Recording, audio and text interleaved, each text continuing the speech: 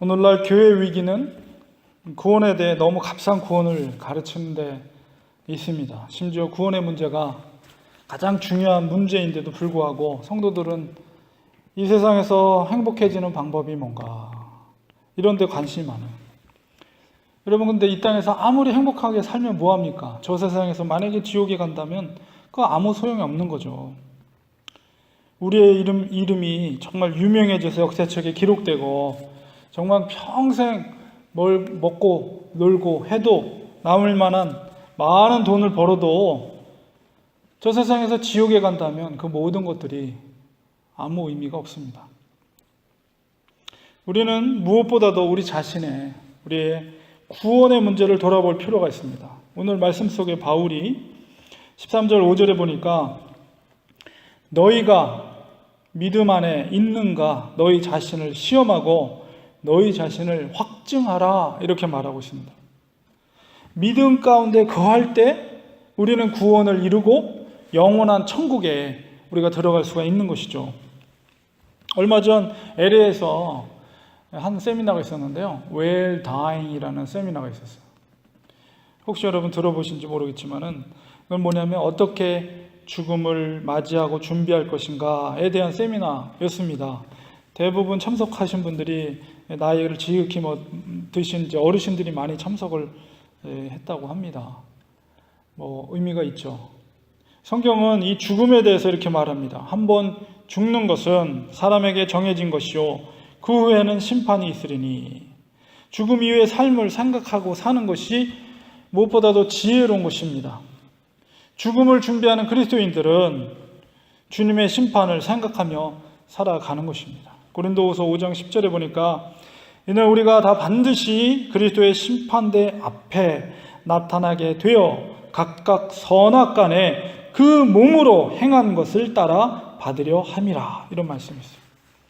선악간에 그 몸으로 행한 것을 따라서 하나님 앞에 심판 앞에 설 때, 심판대 앞에 섰을 때에 그 상급을 받게 될 것인지 아니면 지옥불에 떨어질 것인지 결정이 된다는 말입니다. 천국, 영원한 천국의 도래는 바로 예수님의 재림을 통해서 완성이 될 것입니다. 그런데 우리가 죽음의 과정을 우리가 이해해 보면 재림 전에 우리가 죽게 되면 어떻게 될 것인가? 당장이라도 제가 죽을 병에 걸려서 죽게 된다. 그러면은 이 죽음이라는 것은 이 첫 번째 죽음이요. 성경에는 첫 번째 죽음과 두 번째 죽음을 얘기하는데 이 첫 번째 죽음은 내 몸에서 영혼이 이제 떨어져 나가는 거예요. 그러면 죽는다라고 말합니다. 그러면 우리 모든 사람들에게는 영혼의 존재가 있죠. 믿는 사람, 믿지 않는 사람. 그래서 우리가 죽게 되면 그 영혼이 믿음 있는 사람들은 낙원에 갑니다. 그래서 예수님의 재림을 고대하면서 기쁨으로 이제 그곳에서 기다리고 있죠. 그러니까 성경에 나와 있는 모든 믿음의 사람들, 죽음을 경험한 믿음의 사람들은 다 거기 낙원에서 대기하고 있어요. 예수님의 재림의 때를 대기하고. 그러나 반면에 믿지 않는 자들은 어디 있는가? 음부에 있습니다. 음부에서 바로 예수님의 재림의 때는 그거는 제 두 번째 죽음을 맞이하게 돼요. 두려움과 떨림으로 음부에서 그래서 기다리게 된다는 거예요.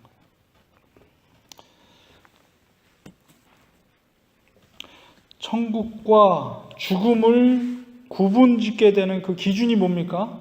누가 천국에 가고 누가 지옥에 갑니까? 그래서 앞서 말씀드린 것처럼 바로 그것은 믿음입니다. 믿음. 천국에 이르게 하는 믿음은 그러나 결코 쉽게 얻어지는 것이 절대 아니다. 예수님께서 마태복음의 11장 22절에 천국은 침노하는 자들의 것이다 이렇게 말씀하셨어요. 세례 요한의 때부터 지금까지 천국은 침노를 당하느니 침노하는 자는 빼앗느니라. 침노라는 것이 뭡니까? 강제적으로 그것을 빼앗는다, 취한다 이런 의미예요. 그렇기 때문에 이 천국이라는 것은 우리가 천국에 들어가는 것은 그냥 입 딱 벌리고 있으면 거기에 감 떨어지듯이 쏙 들어가는 게 절대 아니에요. 천국에 이르는 길은 정말 전쟁을 치르듯이 우리의 목숨을 걸고 걸어가야 되는 것이 구원에 이르는 길이라는 것입니다. 천국을 향한 여정은 정말 치열한 여정이에요. 그 여정에 대해서 성경 속에서 뭐라고 말하는지 우리가 한번 상고해 보려고 합니다. 먼저 구원에 이르기 위해서는 반드시 선행되어야 되는 것이 뭐냐? 그것은 죄에 대한 회개의 문제입니다. 구원에 이르는 믿음과 회개는 뗄래야 뗄 수 없는 관계에 있어요. 그동안에 우리가 너무 쉽게 구원에 이르는 것은 믿음만을 강조했어요. 그러나 믿음에 이르기 위해서는 반드시 회개가 선행되어야 된다. 마태복음 3장 2절에 세례 요한이 외칩니다. 회개하라, 천국이 가까이 왔느니라. 이 말씀을 하면서 바리새인과 사두개인들에게 이야기하기를 독사의 자식들아, 누가 너희를 가르쳐 임박한 진노를 피하라 하더냐? 그러므로 회개에 합당한 열매를 맺고, 이렇게 분명히 말하고 있습니다. 세례 요한은 회개를 말할 때에 바로 회개에 합당한 열매를 맺으라 이렇게 말하고 있어요. 예수님께서도 공생애를 시작하면서 제일 먼저 선포한 메시지가 바로 회개하고 복음을 믿으라 이렇게 말하고 있습니다. 오늘 본문 속에서도 사도 바울이 이 죄의 문제, 회개의 문제에 대해서 언급하고 있죠. 13장 2절에 보니까 내가 이미 말하였거니와 지금 떠나 있으나 두 번째 대면할 때와 같이 전에 죄 지은 자들과 그 남은 모든 사람에게 미리 말하노니 내가 다시 가면 용서하지 아니하리라. 죄에 대해서 회개하지 않는 자들에 대해서 사도 바울이 정녕 용서하지 않겠다 이렇게 말하고 있습니다. 여러분, 회개가 왜 이렇게 중요하냐? 회개가 무엇이냐? 이것을 이해하게 되면 회개가 왜 이렇게 중요한지를 이해할 수가 있는데요. 여러분, 회개가 무엇입니까? 회개는 하나님의 말씀에 불순종하는 것, 그거죠, 죄죠. 그 죄에 대한 행위들로부터 돌이키는 것이 회개입니다. 다시 말해 그것은 옛사람의 어떤 육신에 따라 살던 그런 행실을 버리는 거예요. 그것은 다시 말해 거듭나는 것이요. 다시 살아나는 거예요. 예수 그리스도로 말미암아 새롭게 되는 거예요. 거듭남이라는 것은 옛사람의 모든 것이 죽어지는 것이죠. 그렇기 때문에 반드시 회개는 회개에 합당한 열매가 맺어집니다. 그런데 우리의 모습을 바라볼 필요가 있어요. 우리가 보통 회개할 때 보면, 예를 들어서 우리의 거룩한 삶을 위해서는 술을 먹는 것을 금하고 때로는 담배 피는 것을 금하고 음행하는 것을 금해야 되죠. 성경이 그것을 금하고 있으니까. 그런데 그것을 어기고 우리가 죄를 범한단 말이에요.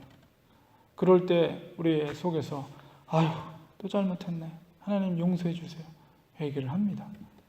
그런데 다음날 어떻게 되죠? 다음날 또 죄를 져요. 또 죄를 져. 또 술을 먹고 담배를 피고 또 음행을 저지르고, 그리고 또 하나님 앞에 회개를 합니다. 또 다음날 똑같이 반복해요. 끊임없이 반복이 돼요. 여러분, 이게 회개입니까? 회개는 사도 세례 요한이 말합니다. 회개는 반드시 회개에 합당한 열매를 맺어야 된다. 변화가 일어나야 돼요. 반드시 변화가 일어나야 됩니다. 삶이 변화가, 행동이 변화되어야 돼요. 그렇기 때문에 진정한 회개는 피나는 노력과 결단이 필요합니다. 마음과 뜻을 다해서 죄의 길에서 돌이키려고 하는 몸부림이 있어야 돼요. 그리고 우리가 전적으로 연약하기 때문에 하나님의 절대적인 도우심이 필요합니다. 간절히 하나님 앞에 기도해야 돼요. 울부짖어야 돼요. 하나님, 이 죄의 길에서 아버지여 돌이키게 도와주시옵소서. 하나님의 은혜를 간구합니다. 도와주세요. 하나님 앞에 울부짖어야 돼요. 이게 바로 회개입니다. 철저한 죽어짐이 없이는 회개에 합당한 열매를 맺어질 수가 없어요. 그렇기 때문에 지금 제가 왜 회개 얘기를 합니까? 구원에 이르는 길에 반드시 열매, 맺혀지는 회개가 있어야 된다는 걸 얘기하는 거예요. 그것이 없이는 절대 복음을 믿을 수가 없어요. 그거 거짓된 복음이에요. 거짓된 믿음이라니까요. 회개 없이 믿는 믿음이 있을 수는 없다는 거예요. 반드시 회개가 있어야 돼요. 한국교회가 이런 회개에 합당한 열매에 대해서 그동안 강조하지 않았어요. 그 결과 어떻게 됐습니까? 오늘날 한국교회 열매가 뭡니까? 여러분, 주일학교가 급격하게 줄어들고 있어요. 아무리 큰 교회도. 이제 머지않아 한국교회가 어떻게 될지 몰라요. 회개에 합당한 열매에 대해서 강조하지 못한 한국교회의 결과가 오늘날의 모습이라는 거예요. 100주년 평양 대부흥 기념 집회가 있었죠. 상암 월드컵 경기장에서. 여러분, 그런 대형 집회가 열렸지만 많은 성도들이, 그리스도인들이 모였어요. 그런데 그 속에 회개에 합당한 열매가 없는 그런 대형 집회가 무슨 의미가 있겠습니까? 그런 집회에 항상 기도의 제목으로 울부짖는 게 뭡니까? 이 마지막 때에 우리 대한민국을 하나님의 아버지 크신 아버지 도구로 사용해 주세요 하면서 기도합니다. 여러분, 과연 정말 마지막 때에 우리 한국교회가 쓰임받을 수 있을까요? 하나님 앞에 과연 한국교회가 사용될까요? 우리가 뭘 보고 그걸 사용됨을 알 수 있을까요? 한국 사회를 우리 한번 보시자고요. 객관적으로 우리 한국 사회를. 이 사회가 얼마나 죄악이 관영합니까? 음란하고 폐역하고 온갖 죄악들이 창궐하는 그런 한국 사회 모습. 인구 대비 연간 술 소비량 세계 1위, 음란물 접속률 세계 1위. 이게 현재 한국 사회의 민낯입니다. 사회적인 물의를 일으키는 큰 사건이 터질 때마다 죄를 범한 책임자들을 보면 다 교회 다니는 사람들이에요. 심지어 교회들도 한쪽에서는 주일에 예배를 드리는데 저 반대쪽에서는 담임 목사 물러가라 집회를 하고 있어요. 한인교회들도 예외는 아닙니다. 공권력이 투입돼서 경찰들이 교회 안에 진입해서 양쪽 집단의 싸움을 말리는 형국이 오늘날 우리의 모습 아닌가요? 너무나도 슬픈 거예요. 여러분, 그런 교회가 있는 교회, 그런 동네 사람들 전부 영적으로 다 죽이는 거예요. 전도가 되겠어요, 그런 데서? 교회가 그러면 영적으로 다 싸그리 죽여버리는 거라니까요. 여러분, 용서하십시오. 우리가 잘났다고 이런 말씀 드리는 게 아니고, 그런 한국 사회 모습, 그런 이민 사회 모습을 보면서 하나님의 심정이 어떠할까를 우리가 생각해 보자는 거예요. 구원에 이르는 회개에 합당한 열매를 맺는 것이 얼마나 중요한가를 여러분께 말씀드리는 것입니다. 남의 일이라고 생각하지 마십시오. 우리에게 말씀의 빛을 비춰보십시오. 과연 우리는 회개에 합당한 열매를 맺고 있는가? 이 회개가 제대로 안 되고 신앙생활을 하면 어떤 결과가 나오는가? 스스로를 속이고 합리화시키는 것입니다. 참된 회개 없이 종교생활만 영위해 나갑니다. 예수님 당시에 바리새인들과 사두개인들이 그런 자였습니다. 그들을 향해 예수님은 회칠한 무덤과 같다고, 속은 썩어 문드러지는데 겉으로만 하얗게 회칠하고, 겉으로는 예배, 기도생활, 구제생활 하지만 실제적으로 한 번도 그 중심 속에 하나님이 존재하지 않고 하나님을 경험하지 못한 사람들. 이들의 모습은 마치 사망에 이르는 넓은 길을 가고 있는 사람과 마찬가지입니다. 그 길을 걸어가면서도 하나님을 얘기합니다. 성경을 얘기합니다. 하나님이 우리를 사랑한다고 그렇게 희희낙낙하면서 그 넓은 길을 걸어가고 있는 형상과 똑같습니다. 주의 이름으로 귀신을 쫓아내며 나더러 다 주여 주여 하지만 주님은 그들을 향해서 내가 도무지 너희들을 모른다, 이렇게 말씀하십니다. 스스로를 속이고 있는 거예요. 회개에 합당한 열매 없이 신앙생활을 하는 자들입니다. 주님은 그런 자들을 향해 회칠한 무덤이라고 분명히 말하고 있습니다. 마태복음 3장 10절에 말합니다. 이는 도끼가 나무 뿌리에 놓였으니 좋은 열매 맺지 아니하는 나무마다 찍혀 불에 던지시리라. 열매가 없는 회개는 회개가 아닙니다. 반드시 구원을 위해서는 회개에 합당한 열매를 맺어야 합니다. 몸부림이 있어야 합니다. 진정한 회개를 통해서 내 자신이 변화되어야 됩니다. 여러분, 세상의 습관을 버리세요. 세상의 즐거움에 빠져 사는 사람들, 겉으로는 신앙인이라고 생각하지만 넓은 길로, 지옥의 길로 가고 있는 사람들과 마찬가지입니다. 속지 마세요. 여러분, 세상에 너무 빠지지 마세요. 세상을 얼마나 즐겨야 만족하시겠습니까? 끊으세요. 구원에 방해되는 모든 것을 끊어버리고 오직 예수 그리스도를 바라보시고 오직 예수 그리스도를 위해 사시기 바랍니다. 이 시대는 하나님을 두려워하지 않아요. 이 시대는 돈을 무서워합니다. 이 시대는 권력을 무서워하고 이 시대는 질병을 무서워해요. 그러나 여러분, 두려워할 자를 두려워하는 것이 지혜입니다. 마태복음 10장 28절에 이렇게 말하고 있습니다. 몸은 죽여도 영혼은 능히 죽이지 못하는 자들을 두려워하지 말고 오직 몸과 영혼을 능히 지옥에 멸하시는 하나님을 두려워하라. 하나님이 우리를 원수 삼는 것을 두려워해야 합니다. 그러므로 이 시대는 회개해야 합니다. 이 시대의 교회를 보십시오. 얼마나 능력이 상실되었습니까? 교회 강단에서는 성공의 이야기, 감동의 이야기, 잘 되려는 이야기를만 합니다. 회개의 메시지, 천국과 지옥의 메시지, 원초적인 복음의 메시지가 언제부터 들리지 않고 있습니다. 교회는 처세술을 가르쳐주는 것이 아니에요. 교회는 돈을 많이 버는 법을 가르쳐주는 것이 아닙니다. 혹시 여러분 중에 부자 되려고 교회 오셨다면 교회 떠나세요. 교회 나가세요. 지금 이 시간에 밖에 나가서 일하는 게 더 나아요. 교회는 죽어가는 영혼들을 지옥의 길에서 천국의 길로 생명을 구원시키는 곳입니다. 그러므로 교회에서 구원에 이르는 분명한 진리가 선포되어야 합니다.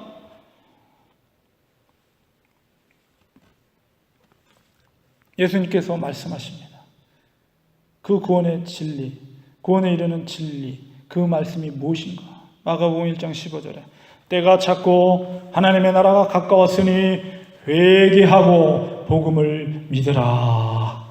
때가 찼고 하나님의 나라가 가까웠습니다. 여러분, 때가 찼습니다. 곧 임박했다는 것입니다. 여러분, 노아의 시대를 생각하십시오. 이제 곧 멸망의 심판의 때가 찼다고 외치고 있습니다. 구원에 이르는 길은 딱 두 가지를 말씀하십니다. 예수님께서 회개하라, 그리고 복음을 믿으라. 이게 진리입니다. 여러분, 회개에 합당한 열매를 맺으시기 바랍니다. 몸부림이 있어야 합니다. 그리고 복음을 믿으십시오. 할렐루야! 빌립보 감옥의 간수장이 바울에게 묻습니다. 선생들이여, 내가 어떻게 하여 구원을 받으리까? 주 예수를 믿으라. 그리하면 너와 내 집이 구원을 받으리라. 아멘. 구원에 이르는 길은 복음을 믿는 것입니다. 복음은 주 예수 그리스도이십니다. 이 말은 주인을 바꾼다는 거예요. 이전의 삶의 주인이 나였다면 복음을 믿는다는 것은 예수 그리스도로 주인을 바꾸는 것이에요. 예수 그리스도를 나의 주로 바꾼다는 것은 다시 말해 주님의 생각과 주님의 뜻대로 살겠다는 것입니다. 그것은 곧 나를 포기하는 행위입니다.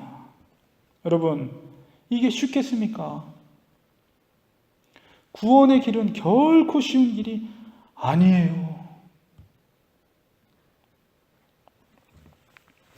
예수 그리스도께서 나의 주인이 되었다는 것은 이제 나의 뜻대로 사는 것이 아니라 아버지의 뜻대로 산다는 것을 의미합니다.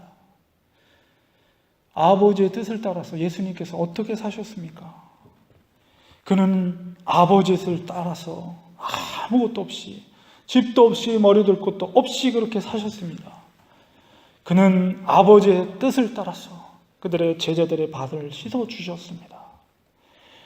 그는 또한 아버지의 뜻을 따라서 가시관을 쓰셨고 십자가를 지시고 갈보리 언덕에 오르셨습니다. 그는 아버지의 뜻을 따라 십자가에 죽으셨습니다. 복음을 믿는다는 것은 나를 철저히 부인하고 아버지의 뜻을 따라 살아간다는 것입니다. 아버지께서 원하신다면 때로 내가 가진 재산도 드려야 합니다. 아버지께서 원하신다면 때로 나의 모든 시간도 드려야 합니다. 아버지께서 원하신다면 나의 몸도 드려야 합니다.